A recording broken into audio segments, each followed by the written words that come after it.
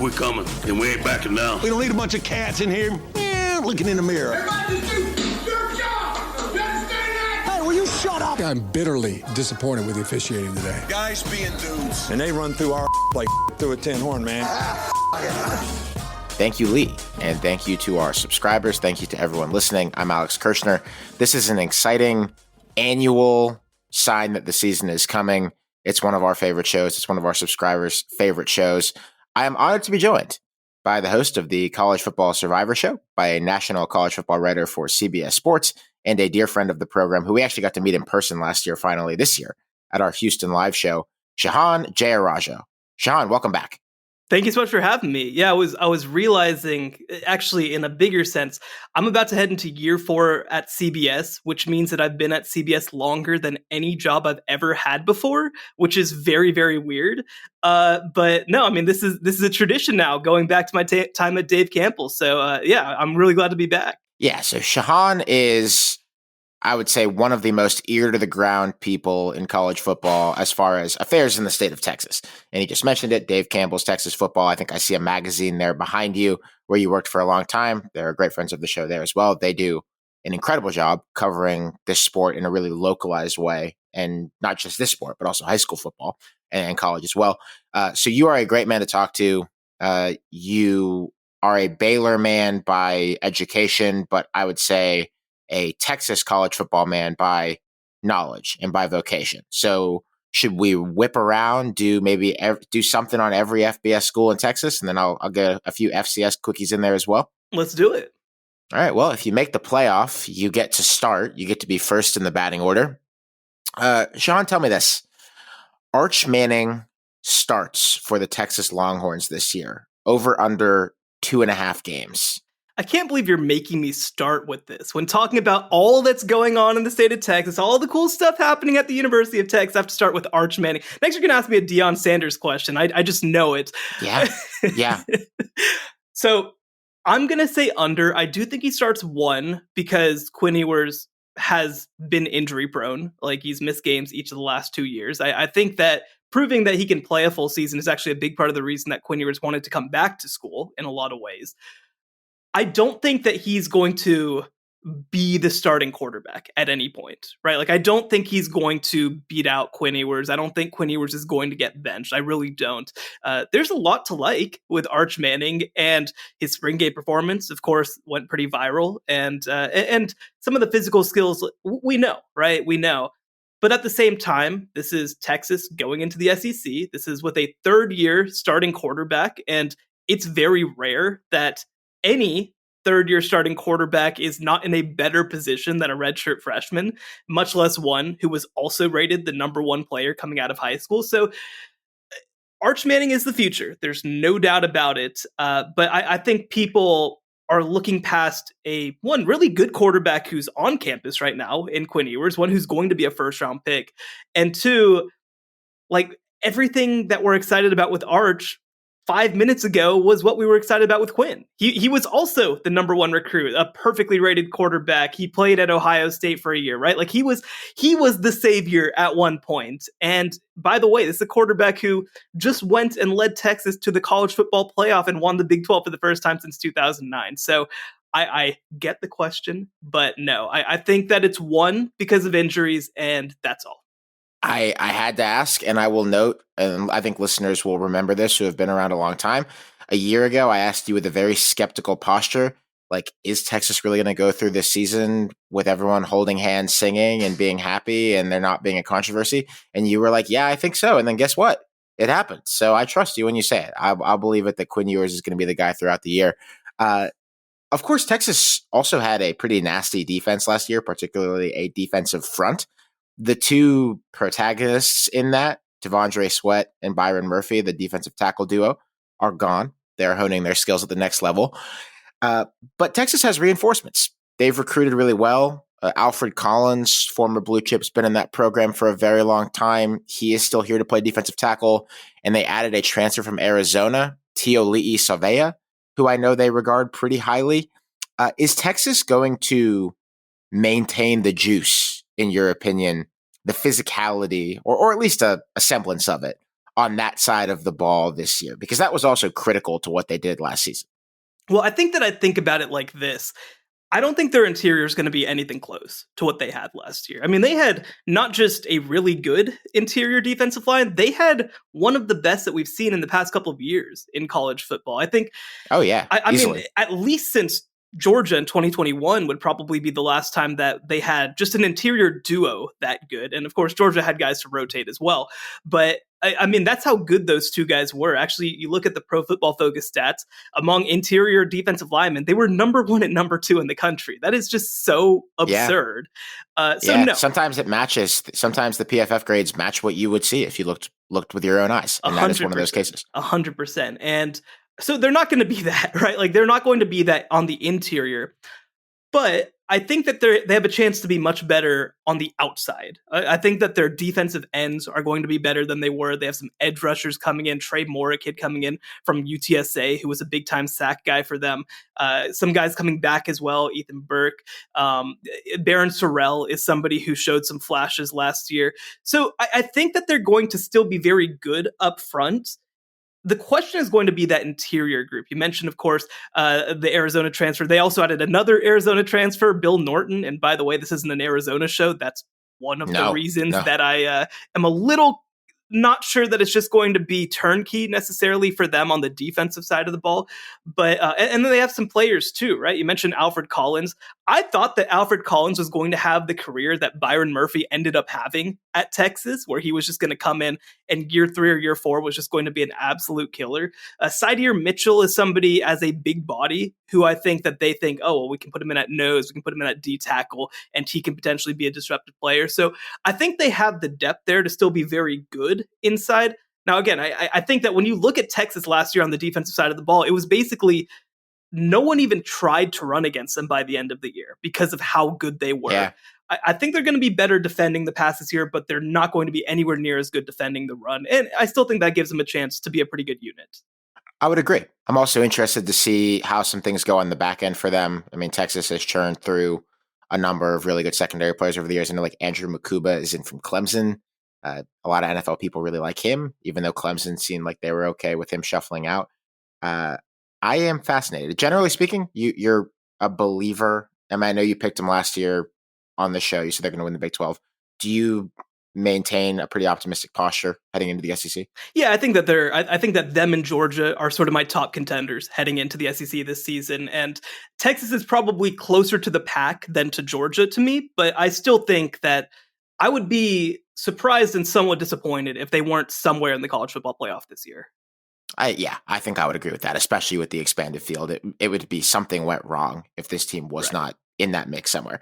The other side of this rivalry, which is now a football rivalry again, rather than just a message board rivalry, things have been pretty quiet in College Station. We've talked about it on the program, just from like a branding perspective. You know, you have not heard many bold proclamations. I think the fan base has even taken cues from Mike Elko in that regard. It's sort of been a quiet first off season. Not to say they haven't been recruiting well, and not to say that they're doing anything wrong, but been quiet. Jimbo Fisher was not quiet. You know, he was not quiet. Among other things, he was not quiet. Do you think it's right to look at Mike Elko as sort of an opposite of your ex type of hire for A&M?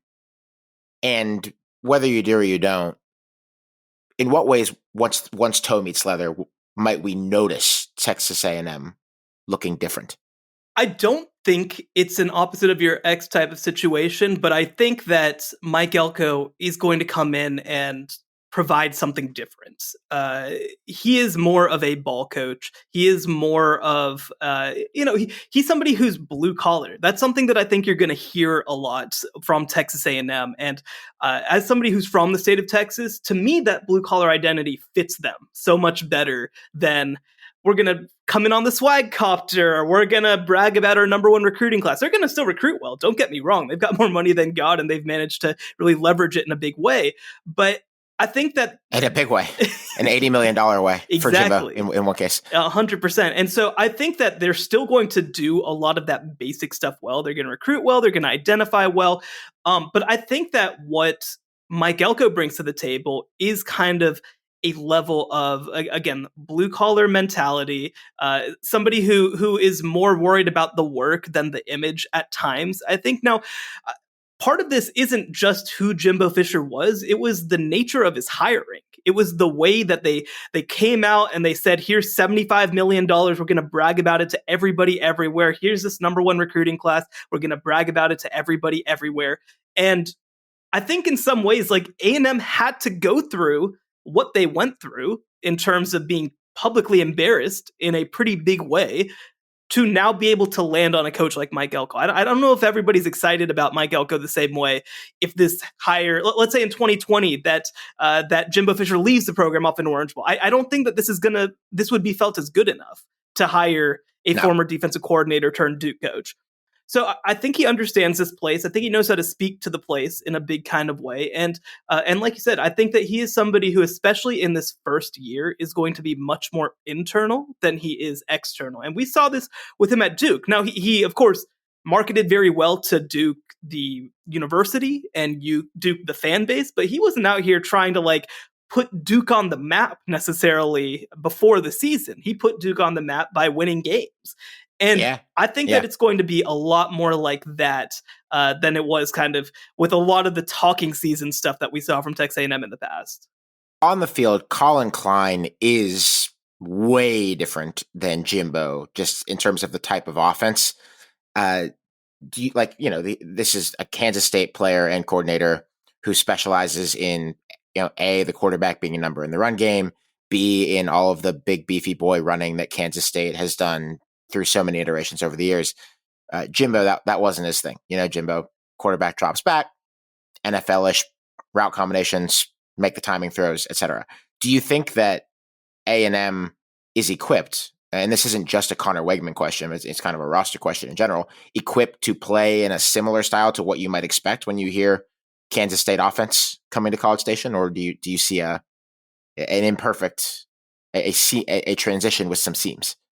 So I think of Colin Klein and this Mike Elko era in a lot of ways as being a figure it out type of staff, right? Like, I think that that's what this is. Jimbo Fisher had a system, and for all the talk that we have about the system and what it did or didn't do over the past couple of years, like, the reality is that Jimbo Fisher made one of the greatest teams of all time in 2013 with this system. And he did. When this system works, sure, great. It's unstoppable in a lot of ways. Most of the time with college kids, your system doesn't work exactly right. That's just reality.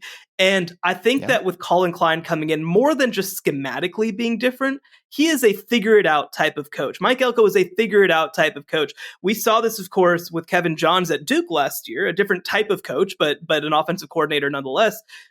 Where Riley Leonard goes out. So, you know what? We're going to lean on that running game. We're going to find ways to be versatile and use the quarterback in the run game and try to get something out of this offense. And I think that when you look at Texas A&M, it's going to be much more simplified in terms of just maximizing what they have there. They're going to look at their roster and try to figure out things that work, essentially, and they're going to spam things that work instead of trying to do things exactly a certain type of way. So from that perspective, I think it's a huge departure from the Jimbo Fisher era, and I think that also sets you up in a different kind of way to have short-term success. Yeah, and they still have. I was looking through their portal offseason. Evan Stewart was who he was and is who he is, and that's a better player than anybody they have. But there's still guys here, like totally. Names like returning players who are good. Moose Muhammad among a group of several receivers. Le'Veon Moss still here. Trey Zune is going to play left tackle, who I think is a really, really solid building block on the offensive line. That's a preamble to ask, like, exactly how rebuildy do you think is acceptable for, given that Mike Elko is probably going to figure out defense reasonably quickly. Track record says that. How rebuildy is acceptable for year one here? I think missing a bowl would be a huge disappointment, right? Like, I don't expect that it's going to be that kind of rebuild, but I don't think that they have to go win 9 either. Like, I think that if they won 7 or 8, and especially if one of those wins is the one in College Station against those Horns at the end of the year, like, then I don't think anybody cares really what else happens other than that.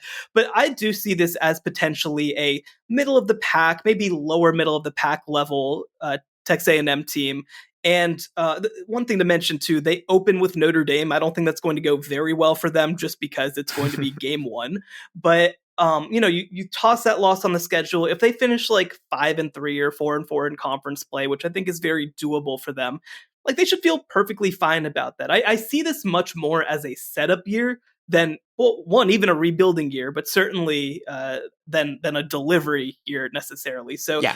If they show some signs of life and look like in 2025 with Connor Wigman potentially coming back for another year that they could be special, I think everybody in College Station should be very happy about that.